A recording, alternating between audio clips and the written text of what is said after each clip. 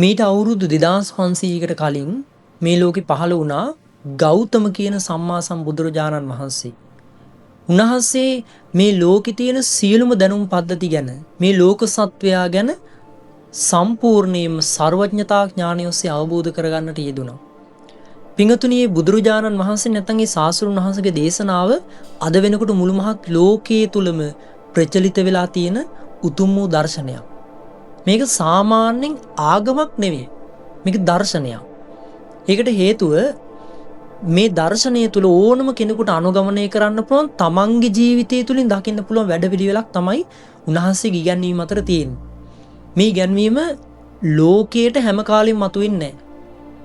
ඔබ දන්නවා සාමාන්‍ය මේ ලෝකේ භෞතික විද්‍යාව තුළ තියෙන නොඑක් ඉගැන්වීම් තියෙනවා. ඒ ඉගැන්වීම් සමහර වෙලාවට කාලෙන් කාලට මතුවෙනවා, කාලෙන් කාලට මතුවෙන වෙන අවස්ථාවලුත් තියෙනවා. ඒ ඉගැන්වීම කාලයකට මිනිසුන්ට යහපත පිණිස පවතිනවා. සමහරලාට ඒ ඉගැන්වීම අයහපත පිණිස යොදව ගන්නත් පුළුවන්. සමහර ඉගැන්වීම් තියෙනවා ඒ ඉගැන්වීම් ඉගෙන ගත්තාම ජීවිතේට විශාල යහපතක් වෙනවා විතරක් නෙවෙයි ඉගැන්වීම් තුලින් අයහපත කරන්නත් පුළුවන්. හැබැයි ගෞතම බුදුරජාණන් වහන්සේගේ මුළු ඉගැන්වීමම සම්පූර්ණයෙන් මේ ලෝකයට යහපත උදා කරලා දෙනවා. කෙනෙකුට මෙන්න මේ බුදුරජාණන් වහන්සේගේ එකම ඉගැන්වීමක් අහගන්න පුළුවන් වුණොත් අපි දන්නවා ලෝකේ තියෙන සාමාන්‍ය සෑම මිනිසෙකුට තියෙන ප්‍රශ්න ටිකක් තියෙනවා. ඒ ප්‍රශ්න මොනතරම් මට්ටමක වුණත් ඒ හැමෝටම තියෙනවා. එකක් තමයි වයසට යනවා. වයසට යෑම නිසා මිනිස්සු දුක් වෙනවා. ලෙඩ වෙනවා. ලෙඩ හැදීම නිසා මිනිස්සු දුක් වෙනවා. ඒ වගේම ජීවිතේ එදිනෙදා කැමති දේවල් ලැබෙන්නේ නැහැ, අකමැති දේවල් එක්ක එකතු වෙනවා. ඒ වගේම මේ මිනිස්සු අපි කියන විදිහට ඉන්නේ මෙන්න මේ නිසා හැම කෙනාම දුක් වෙනවා. ඒ විතරක් නෙවෙයි මිනිස්සු මැරෙන්න යනකොටත් දුක් වෙනවා. මේ වගේ හැමෝටම පොදු දෙයක්. කාටවත් පිරිසකට සාධාරණ විදිහට පිරිසකට අසාධාරණ විදිහට ලැබෙන හැමෝටම පොදුයි එකම ක්‍රමය එක එක විදිහට ලැබෙන අවස්ථා තියෙනවා. මෙන්න මේ දුක් සහිත බව අවබෝධ කරවන්න තමයි තේරුම් ගන්න තමයි ලෝකයට බුදුරජාණන් වහන්සේ ධර්මී මතු කරලා පෙන්වන්නේ. මෙන්න මේ යාන්ත්‍රණයේ තියෙන මේ පද්ධතියේ තියෙන ස්වභාවය තේරුම් ගන්න තමයි උන්වහන්සේ අනුශාසනා කරන්නේ.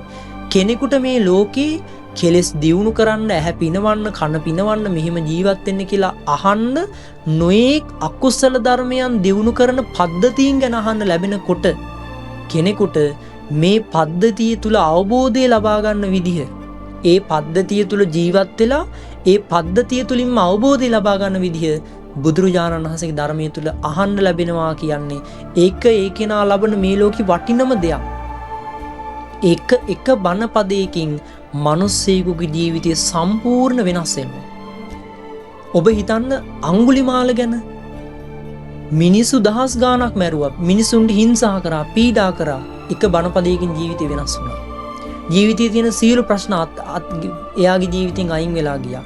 මානසික පීඩා සියල්ල දුරු වුණා. ජීවිතය ලස්සන වුණා.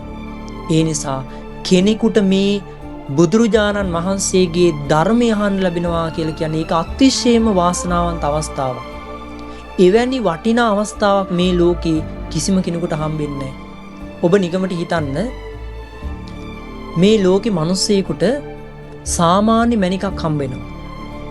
එයා මණිකක් හම්බුණා මුලින්ම කරන්නේ ඇඳන් ඉන්නවා නම් කිලිටි වස්ත්‍ර අයින් කරනවා. සාමාන්‍ය ආහාර ගන්නවා නම් ඒ ආහාර ඒකේන අයින් කරලා හොඳ මිලදී ගන්න, හොඳට සල්ලි දීලා හොඳ මිලක් තියෙන ආහාර ගන්නවා. පාරියා සමාලලට බස් එකක නම් ගියේ, සාමාන්‍ය බයික් එකක නම් ගියේ එයා හොඳ වාහනයක් ගන්නවා. Tamanට රක්ෂණ ආවරණයක් දා ගන්නවා. බාහිර සියල්ල සම්පූර්ණ වෙනස් වෙනවා. ඔබ හිතන්න කෙනෙකුට ආධ්‍යාත්මික ජීවිතය ලස්සන කරගන්න, තරහ යන්නේ නැති, ද්වේෂයක් ඇති වෙන්නේ නැති, අනුන්ගේ දේවල් වලට ආස කරන්නේ නැති, ඊර්ෂ්‍යා කරන්නේ නැති, ඒ වගේම ජීවිතය ගැන හරීම සුන්දර විදිහට අවබෝධයක් ඇති වෙන විදිහට දකින්න පුළුවන්, මෙන්න මේ ටික ජීවිතය ඇති කරගන්න පුළුවන් දෙයක් ජීවිතයට හම්බුනොත් ඒ තමයි ධර්මය. මේ ධර්මයේ හම්බුනහම තරහෙන් පීඩා විඳින හිත ආය තරහෙන් පීඩා විඳින්නේ නැහැ. ලෝභයෙන් පීඩා විඳින හිත ආය ලෝභයෙන් පීඩා විඳින්නේ නැහැ. ඒ කෙනාට ඒක ප්‍රහාණය කරන්න පුළුවන්. ඒ වගේමයි කෙනෙක් අවිද්‍යාවෙන් ලෝකයාට අවිද්‍යාවෙන් බැඳී යන ස්වභාවයෙන් ඒ කෙනාට නිදහස් වෙන්න පුළුවන්. ආධ්‍යාත්මික ඇතුළාන්ත సంతානය සම්පූර්ණයෙන් ලස්සන කරගන්න පුළුවන් වැඩපිළිවෙලක් තමයි බුදුරජාණන් වහන්සේගේ ධර්මය. ඒ නිසා මේ ලැබෙන මේ අහන්න ලැබෙන එක බණ පදයක හරි අර්ථය හොඳට මෙනෙහි කරන්න. තේරුම් ගන්න උත්සාහවත් වෙන්න. ඒ ධර්මය ගැන හොයන්න. තව කෙනෙකුට කියලා දෙන්න. මේ උතුම් දැනුම් පද්ධතිය මේ සත්වයාට අප්‍රමාණ යහපත කරන දෙයක්. කිසිම තැනක පින්වතුනි මේ දර්ශනය තුලින් මේ ලෝකේ කුරා කූඹියකටවත් හානියක් කරන්න බෑ. ඔබ හොයලා බලන්න හානියක් කරන්න පුළුවන් පුංචි දෙයක් හරි ධර්මයේ තියෙනවද කියලා? කිසිම තැනක නෑ පින්වත්නි. අනුගමනය කරනවා නම් යම් සත්වෙක් යහපත විතරමයි දකින්න හම්බෙන්නේ. ජීවිතය තුළ දියුණුවක් විතරමයි දකින්න හම්බෙන්නේ. අසතුටින් ඉන්න මිනිස්සෙක් සතුට කරා යන ගතියක්මයි දකින්න තියෙන්නේ. ප්‍රශ්නවල පැටලිලා ඉන්න මිනිස්සෙක් සියලු ප්‍රශ්නවලින් නිදහස් වෙන ගතියක්මයි මේ දැනුම් පද්ධතිය ජීවිතය තුළට එකතු කරගන්න කෙනෙක් තුළ දකින්න තියෙන්නේ. ඒ නිසා මේ උතුම් දැනුම් පද්ධතිය ඔබේ ජීවිතය තුළ දියුණු කරන්න.